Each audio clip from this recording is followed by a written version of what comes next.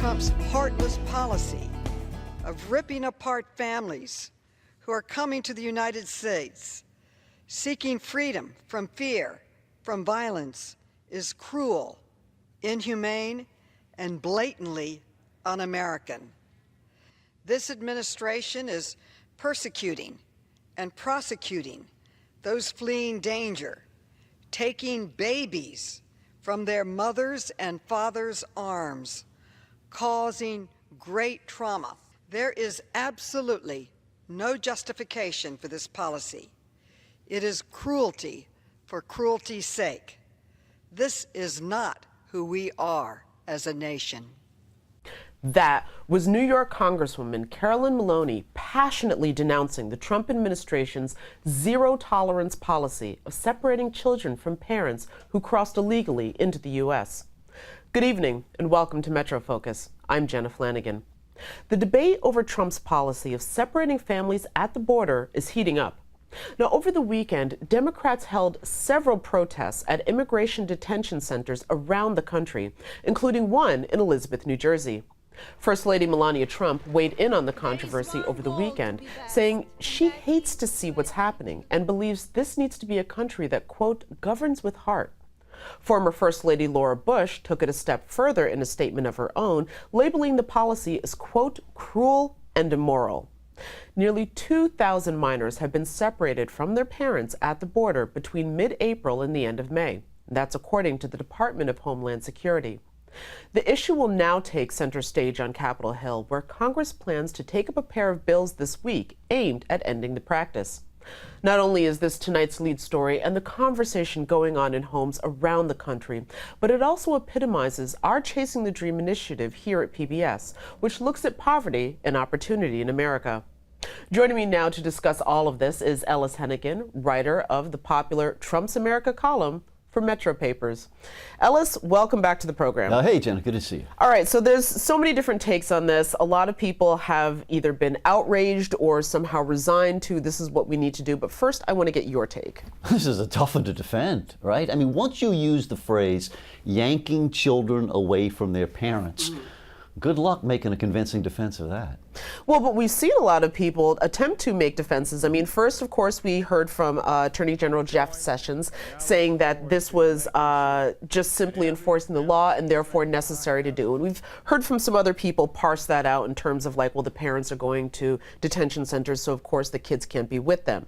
However, then we've heard from the president and several other people from his circle saying that, well, actually, no, this is the Democrats' fault. And if the Democrats would just fix their broken law, then we wouldn't have to do this in the first place. Right, there are three defenses essentially, right? Blame the Democrats, blame the parents, and blame the kids. But I'm sorry, trying to portray this as sleepaway camp is it's not going to work, right? Just like the thing rich parents do, except you don't know where your parents are.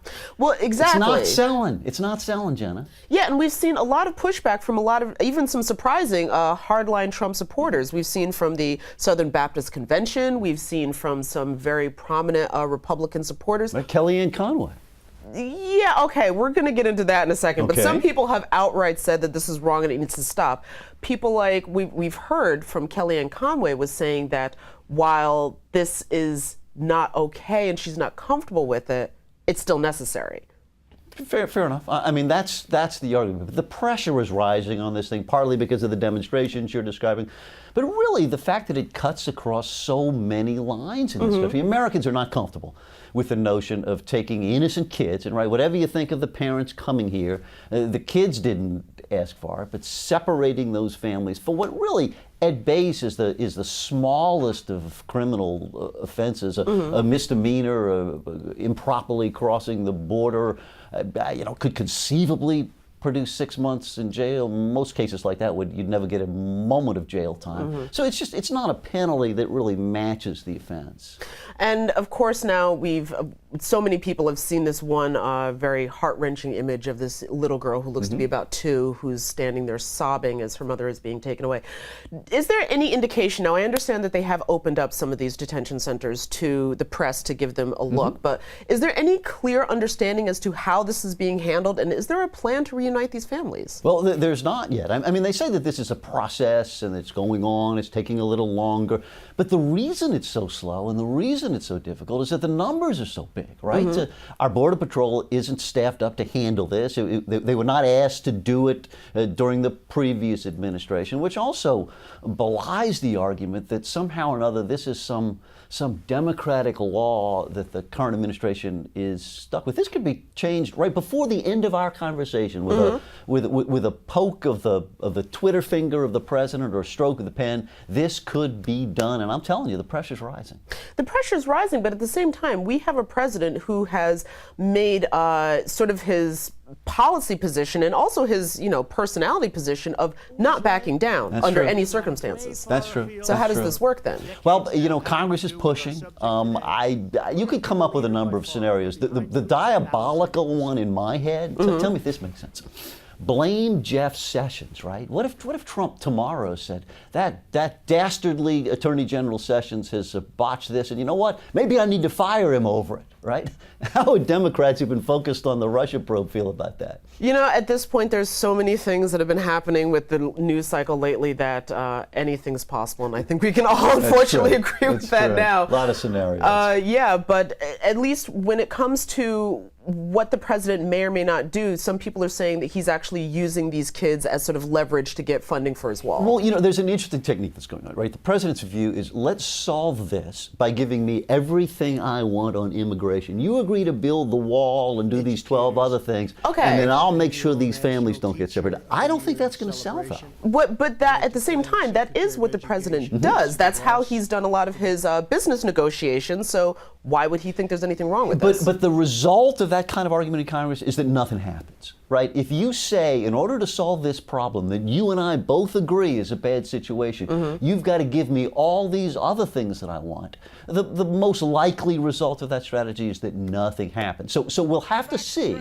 whether the political pressure that you just described, right, those demonstrations, those op-eds from former Republican first ladies, does that pressure rise to the point that the president and his supporters have to fold? I don't think we know the answer to that, but boy, that's what I'll be watching. Well, I think that, as well as if the U.S. begins to get any kind of international pressure. I mean, we did have the UN say that this is not okay and a no-go, but how much hotter does the situation get? Well, I don't know that international pressure is the thing here. A bunch of whining foreigners complaining about America does not sound to me to be the thing that's going to make that dog is not going to hunt in this country. It's going to make the Trump base crumble.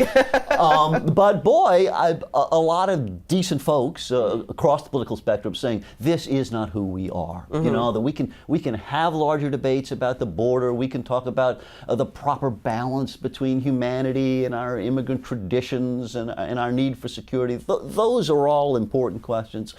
But, in the end, you really don't want to yank those 6-year-olds away from mom and dad. Okay, and very quickly, because we're running out of time, but one of the things that this administration has been accused of is, of course, creating huge controversies to deflect from something else. Is there something else that we should be paying attention to? Probably 47 other things. I mean, it's hard to assume, though, that this is all a carefully orchestrated plot, because just as often as I can show you examples where it is effective in pulling the media onto the shiny object, just as many times it's pulling us all away from stuff that the administration really ought to be happy about. So I don't buy the grand conspiracy theory here. I just think a lot of stuff is happening and it's all colliding together.